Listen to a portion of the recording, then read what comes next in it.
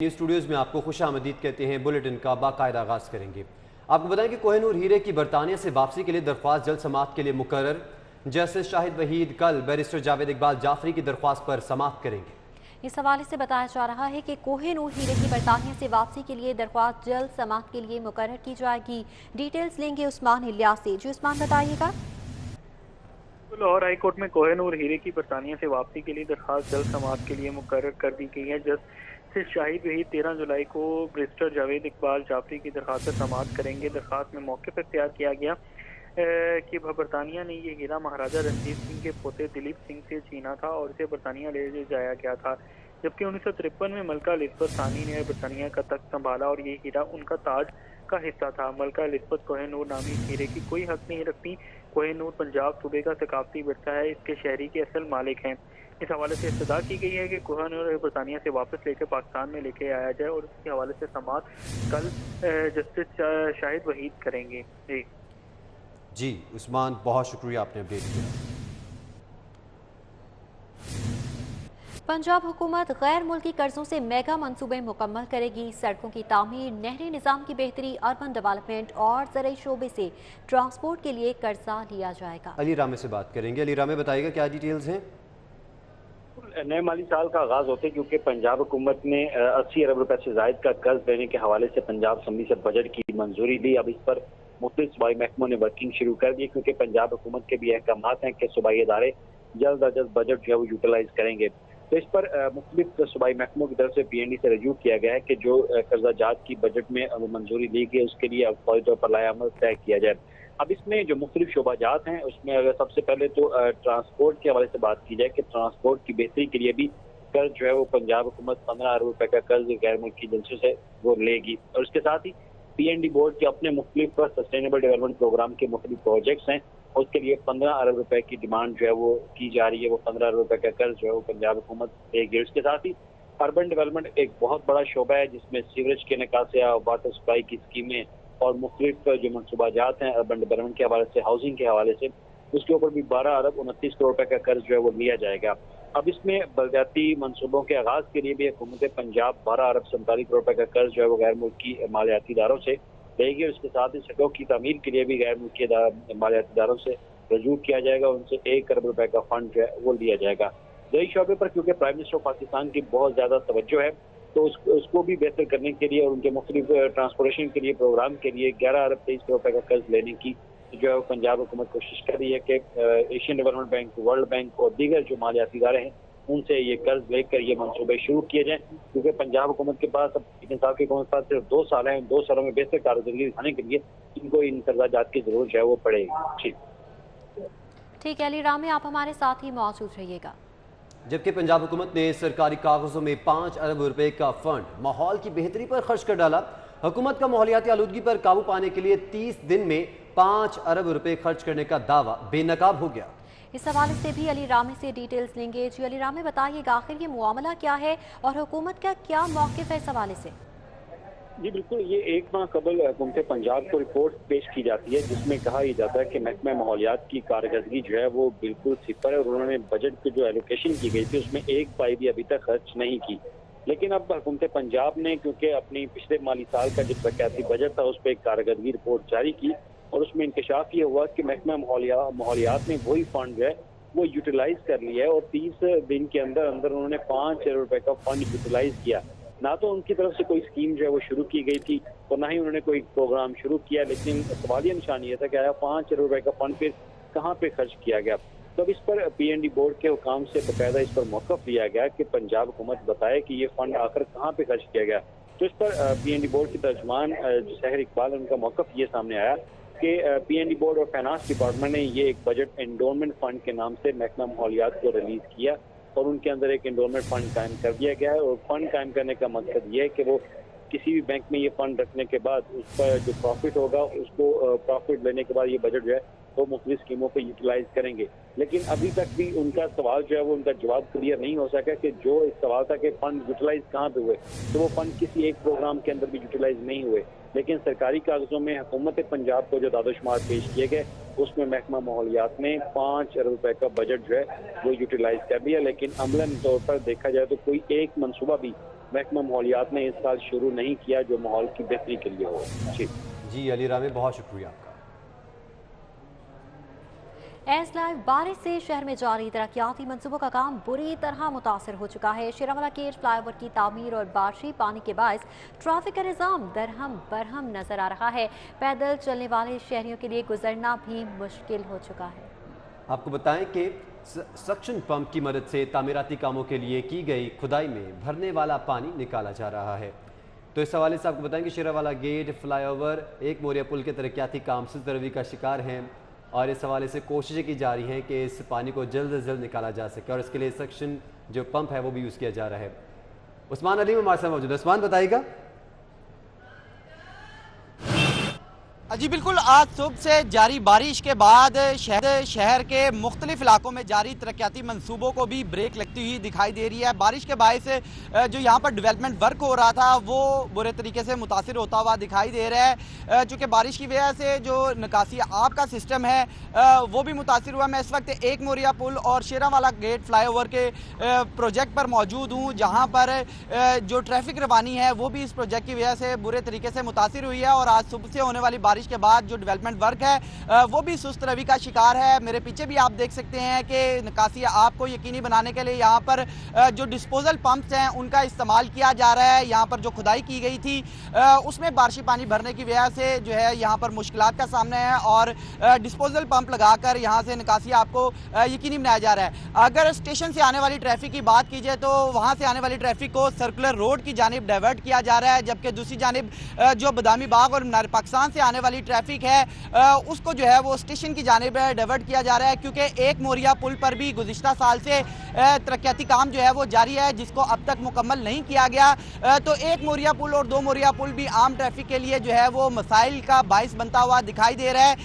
ये एक मोरिया पुल जो है ये रवा माली साल में भी इसको पूरे फंड्स जो हैं वो फराम नहीं किए गए, जिसकी वजह से रवा माली साल भी एक मोरिया पुल की तामीर जो है वो मुकम्मल नहीं की जा सकेगी। इसके साथ ही साथ यहाँ पर जितनी भी मशीनरी थी वो मुतहरिक दिखाई दे रही है। जो यहाँ पर बड़ी बड़ी क्रेन्स लगाई गई थी उनकी मदद से यहाँ पर जो गंदगी है, कीचड़ है, उसको निकाला जा रहा है, जबकि दूसरी जानिब जो यहाँ पर खुदाई की गई थी उसमें भरने वाले पानी को डिस्पोजल पंप्स की मदद से जो है वो निकाला जा रहा है। लेकिन यहाँ पर ट्रैफिक की रवानी जो है वो बुरे तरीके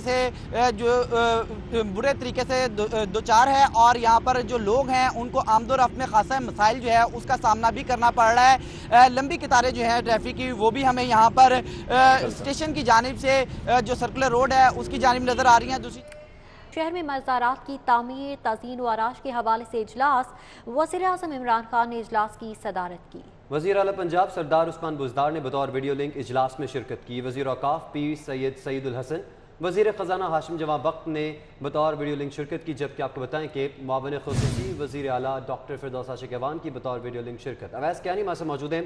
अवैस, एक अहम इजलास हुआ है जिसमें जो बड़े मनसूबे हैं लाहौर में उसके हवाले से बातचीत की गई है। कौन कौन इस इजलास में शरीक हुआ और कौन इस इजलास का एजेंडा क्या था?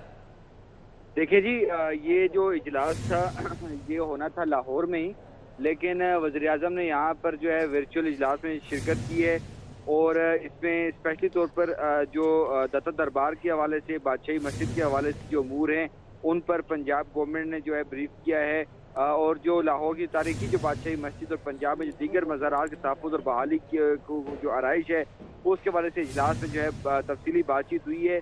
वज़ीर आज़म को लाहौर के जो तारीखी और मजहबी मकामात जो हैं इसमें स्पेशली तौर पर जो दाता गंज बख्श के मज़ार और बादशाही मस्जिद के तहफ़्फ़ुज़ और बहाली और आराइश के हवाले से, मनसूबे के हवाले से तफसीली तौर पर जो है वो ब्रीफिंग दी गई है। इसमें वज़ीर आज़म ने भी हदायत दी हैं कि इस प्रोजेक्ट को मैं खुद देखूंगा और उसके साथ ही बादशाही मस्जिद की तहफ़्फ़ुज़ और आराइश के हवाले से बताया गया कि इस मनसूबे में तबरुक गैलरी, कुरान हॉल, सैन की बेहतरी और नमाज़ों के लिए सहूलियात को जो है वो बेहतर बनाया जाएगा और पंजाब में जो दीगर मज़ारात की बहाली और तहफ़्फ़ुज़ के हवाले से भी वज़ीर आज़म को वज़ीर आला और दीगर हुकाम ने जो है ब्रीफ किया है। वज़ीर आज़म को ब्रीफिंग दी गई है। अवैस कियानी, बहुत शुक्रिया आपका।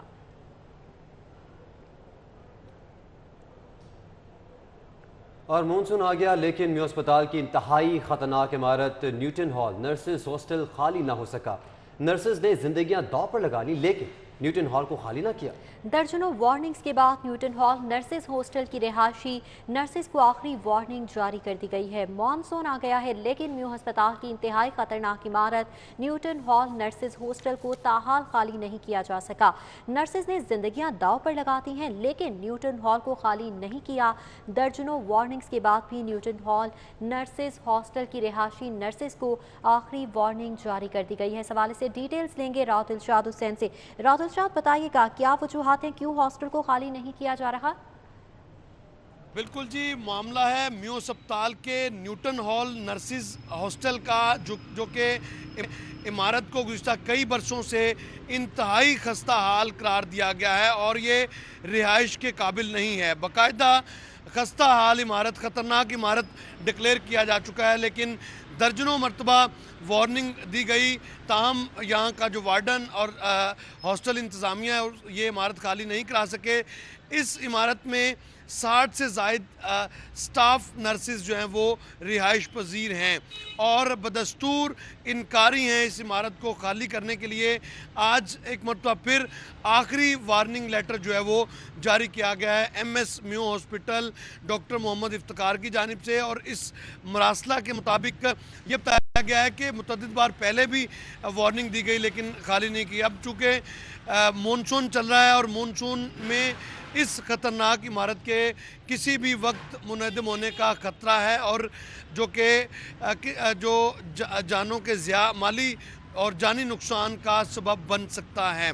ताहम फ़िलहाल ये जो वार्निंग लेटर है इसकी कॉपी महकमा specialized health care and education department, wardens और डायरेक्टर नर्सिंग को अरसाल की गई है कि फौरी तौर पर इस इमारत को खाली कराया जाए। लेकिन 60 से ज़ायद यहाँ पर जो रिहाइश पजीर नर्सिस हैं वो इमारत को खाली करने से फ़िलहाल इनकारी हैं।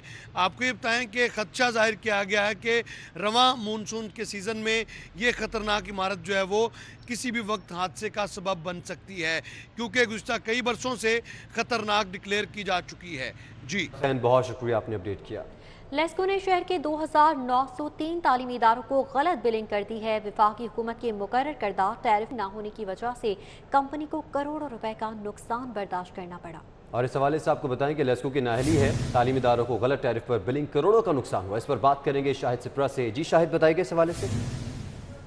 लाहौर इलेक्ट्रिक सप्लाई कंपनी की जानिब से शहर के 2903 जो तालीमी इदारे हैं इनको गलत बिलिंग की गई है, जिसकी बुनियाद पर कंपनी को माहाना 1 करोड़ रुपए का नुकसान बर्दाश्त करना पड़ा। लेकिन चूंकि तकरीबन 1.5 साल तक ये गलत बिलिंग की गई और ये करोड़ों रुपए का जो खसारा है वो कंपनी बर्दाश्त करेगी। दस्तावेजात में वाज़ेह किया गया कि वफाकी हुकूमत की जानिब से तालीमी इदारों के लिए A3 टैरिफ मुतारिफ करवाया गया, लेकिन लेस्को ने जो बिलिंग की तालीमी इदारों को वो A1 टैरिफ के तहत की। इस तरह A1 टैरिफ पर होने वाली बिलिंग की वजह से कंपनी को करोड़ों रुपए का नुकसान बर्दाश्त करना पड़ा। और इस रिपोर्ट में लेस्को को ये भी हदायत की गई है कि वो जो डिफरेंस बनता है A1 और A3 टैरिफ के दरमियान में जो तालीमी इदारों की तरफ वाजिबुल अदा है उसको भी वसूल किया जाए ताकि कंपनी को जो करोड़ों रुपए का नुकसान बर्दाश्त हुआ है वो रेवेन्यू की सूरत में वापस लिया जा सके। जी ठीक है शाहिद सिप्रा, बहुत शुक्रिया आपका। वापस आएंगे इस ब्रेक, हमारे साथ रहिएगा। वेलकम बैक नाज़रीन। आपको बताएं कि बारिश के बाद शाहपुर कांजरा मंडी में वासा जिला इंतजामिया मुतहरक हो चुकी है। मंडी में जानवरों की बहुतात मगर खरीदारों की आदम दिलचस्पी देखने में आ रही है। मवेशी मंडी में खरीदारों के ना आने पर व्यापारी भी परेशान है। इस हवाले से बात करेंगे हसनैन ओलग से। जी हसनैन, बताइएगा क्या सूरत हाल है इस वक्त मंडियों में? जी ईद उल ज़ुहा में कुछ दिन बाकी रह गए हैं और मंडी की मौजूदा सूरत हाल की अगर बात की जाए तो मंडी में खूब से खूब तर जानवर मौजूद हैं। जो मंडी है जानवरों से खचाखच भरी हुई है। मेरे कैमरामैन सलमान अरवी दिखा सके कि जहां तक निगाह जाती है मंडी में यहाँ पर खूबसूरत तरीन जानवर नज़र आ रहे हैं। अगर बात की जाए सहराई जहाज़ की, खूबसूरत ऊँटों की, तो यहाँ पर बड़ी तादाद है ऊँटों की जो यहाँ पर आए हैं शाहपुर कांजरा मवेशी मंडी में। इसके अलावा अगर बात की जाए खूब खूबसूरत बैलों की, तो यहाँ पर बैलों की बड़ी तादाद मौजूद है। इसके अलावा अगर बात की जाए बकरों की और मेंढों की, तो बकरों और मेंढों की भी बहुत बड़ी तादाद यहाँ पर मवेशी मंडी में मौजूद है, जहाँ तक इंसानी निगाह जा सकती है। और हम देख सकते हैं, हमारे कैमरे की आंख से देखा जा सके कि जहाँ पर भी अगर हम देखें, निगाह दौड़ाएं, तो वहाँ पर खूबसूरत जानवर नज़र आ रहे हैं। चूँकि आज सुबह बारिश हुई है और बारिश के बाद जो सूरत हाल है, जो ज़िला इंतज़ामिया और वासा की टीमें हैं यहाँ पर सफाई के इंतजामात में मशगूल हैं। पानी सक किया जा रहा है मशीनरी की मदद से और ट्रैक्टर्स वगैरह की मदद से। जो यहाँ पर दाखिली और खारजी रास्ते हैं उनको महफूज बनाया जा रहा है, यहाँ पर कीचड़ को साफ़ किया जा रहा है। और यहाँ पर मौजूदा सूरत हाल ऐसी है कि जो ख़रीदार हैं वो बहुत ही कम तादाद में बाहर निकल रहे हैं, चूँकि ईद में कुछ ही दिन बाकी रह गए हैं।